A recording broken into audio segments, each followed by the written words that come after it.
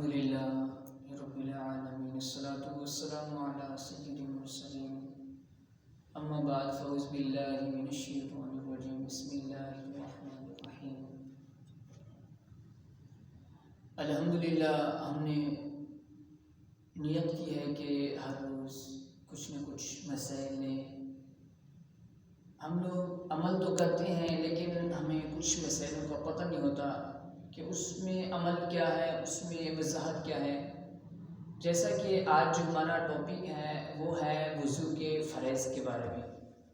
لوگ عمل تو کرتے ہیں، یعنی وضو تو کرتے ہیں لیکن ان کو پتہ نہیں ہوتا کہ وضو میں کیا چیزیں ہیں اور اس کی تعریف کیا ہے۔ تو اس طرح جیسا کہ آپ سب کو معلوم ہوگا، نہیں تو میں بھی بتا رہا ہوں، جیسا کہ وضو کے جو فرائض ہیں وہ 4 ہیں۔ اس میں سے جو پہلا ہے اور اس کا جو تذکرہ ہے قرآن پاک میں بھی آیا ہے کہ اس میں سے پہلا جو ہے وہ ہے چہرے کا دھونا۔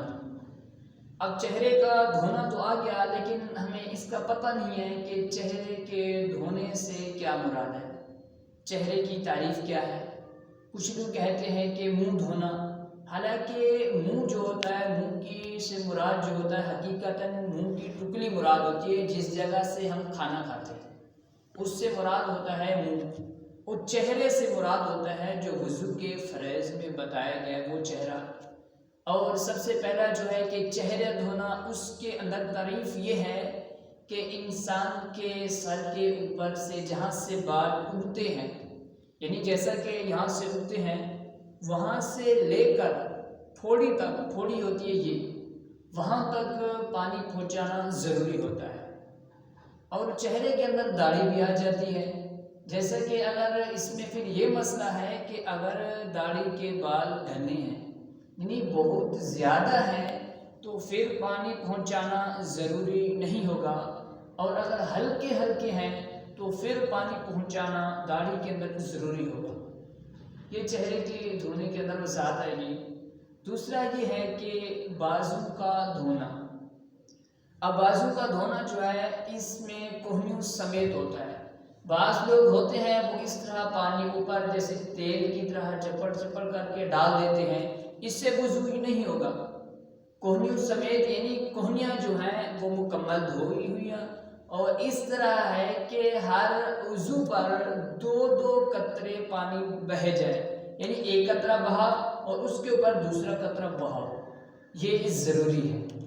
اور اس طرح تیسرا جو ہے کہ سر کا مسح کرنا، قرآن پاک میں یہی ہے کہ سر کا مسح کرنا، اور اس میں اختلاف بھی ہے علماء کرام کا، لیکن جو ہم حناف ہیں، جو ہمارے نزدیک ہے کہ سر سے مراد، سر کے مسح سے مراد یہ ہے کہ چوتھائی سر کا مسح کرنا۔ جیسا کہ سر کے 4 سیٹیں ہیں، ایک یہ دائیں سیٹ ہوگی، جیسا کہ بائیں سیٹ ہوگی، اور ایک سامنے اور ایک پیچھے، یہ 4 سیٹ ہوگی۔ اب بندہ کوئی ایک ہاتھ اس طرح پھیر لیتا ہے تو اس کا مسح ہو جائے گا، وہ اس لیے کیونکہ چوتھائی کا سر کا مسح جو ہے وہ اس کا فرض ادا ہو جائے گا۔ اس کے بعد یہ ہوتا ہے کہ پاؤں کا دھونا ٹخنوں سمیت۔ اب اگر کوئی بندہ پاؤں دھوتا ہے لیکن ٹخنوں کو نہیں دھوتا تو اس کا وضو نہیں ہوگا۔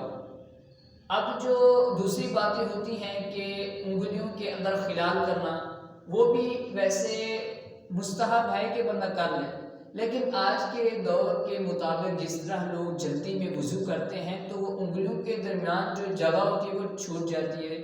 اس طرح ضروری یہی ہے کہ بندہ جو ہے ان کے اندر پانی پہنچا کے خلال کر لے۔ اللہ تبارک و تعالیٰ سے دعا ہے جو کچھ ہم نے مسائل بیان کیے ہیں اس پر ہم سب کو عمل کرنے کی توفیق عطا فرمائے۔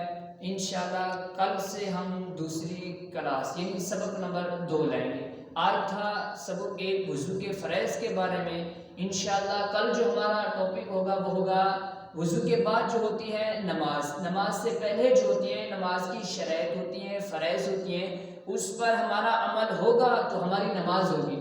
تو انشاءاللہ کل کا جو ہمارا سبق ہوگا آج سے آپ کو بتا دیا جاتا ہے وہ ہوگا نماز کی شرائط کے بارے میں۔ تمام احباب کو میری طرف سے السلام علیکم ورحمۃ اللہ وبرکاتہ۔